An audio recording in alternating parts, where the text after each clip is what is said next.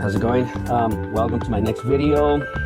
Here with my Milwaukee fuel table saw, battery operated 18 volt with a drop box and of course with drawers as well. I'm going to do a follow-up here on my Milwaukee table saw. As you saw in the other video, I did some modifications on it, but added some more attachments to this setup here. Apart from these leaves, I added an additional extension that extends out all the way across. Gives you a total of 70 inches, guys.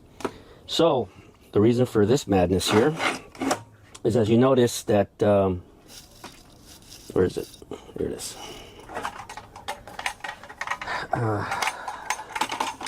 The fence here goes up to 24, which is fine. I mean, it's a good distance.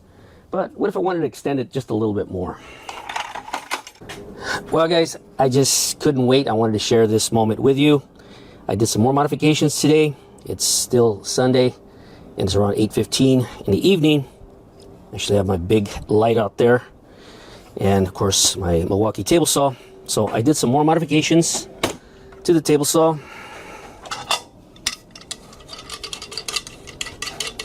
I wasn't going to add it into this video, but I just had to.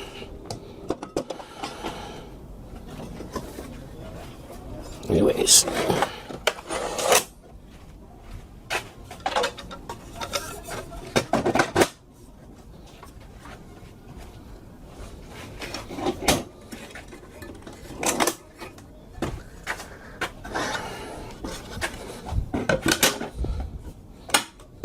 I just have to show you how it all lays out. As we see here, it's exactly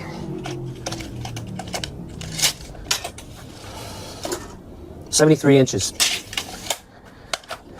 So the added features that I did today on it was to add this extension here to the table saw. As you can see, the retractable track goes with it here. This one's kind of loose, kind of flimsy. I mean, that's the way these are. But the reason I did this is because I wanted to extend this table. I wanted to maximize as much as possible with this table saw. So we're going to see how far the fence can go now.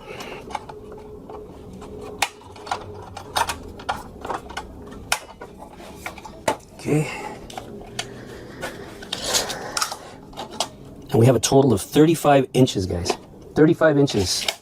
I mean, you could cut a full size veneer, quarter panel, 3/4 inch. I mean, whatever, basically, onto this table. It's bigger than anything I ever used, even this table right here. Now it's just literally overkilled it, as you can see right here. And it's portable. That's the important thing. But this is what I was planning on doing. Now here, in between this section here, I want to put some sort of a guide. So when this comes in, it'll be able to sync with this part of the fence. This was not an easy cut, guys. I really had to find a piece that matched up with this actual retractable guide for this fence. But I finally did it. Finished it off. Now on to the next video. As you can see right here, it's got a slide here. What's it for? Just in case you ask. Well, I decided to add a router setup for this table saw. I'm sure you've seen it on other projects as well, but most likely not on one of these Milwaukee table saws. And I'm using a DWC 600 router with a 20 volt battery. The thing I like about this one, it's got a ring where you could just, or rotate it down. There's some others that have these guides that you could just crank up, which I'll show on my next video. The rest are just other projects. In a sense, those are also brand new table saws that I'm going to do some modifications, which later on down the line will probably be for sale if somebody's interested, with the exception of this one. So I added this piece right here. And as you can see, it's pretty long. So you might fear, well, this thing might bend or whatever. Well, that's a possibility depending on the weight you put on it, especially when you're, pushing a piece of wood on your router and you want it nice and firm. So I added this leg for additional, and that holds it just right. Okay.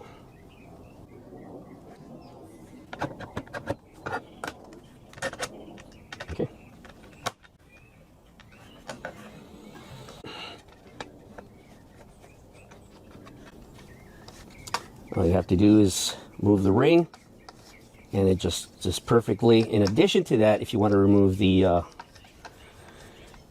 blade, below the base of the nut, there's a push button locked that you could push in, and it'll lock it in place, or you could tighten it. Right there. Adjust your blade for whatever length you want. In this case, we'll leave it like that. All right. So I suppose you're going to be asking, well, why didn't he use the fence instead of going all the way across? Well, I have both options doing it this way. I like it because it has, you know, it's pretty lengthy. And again, at the same time, I could still use a fence for whatever reason. Using this as an example, I'm not going to cut it, but just to give you an idea, if I have a large piece of wood here, we have a good distance. If I want to do, say, a particular cut in between it, say if I'm doing shelving, this would work perfectly. On the other hand, we have this option,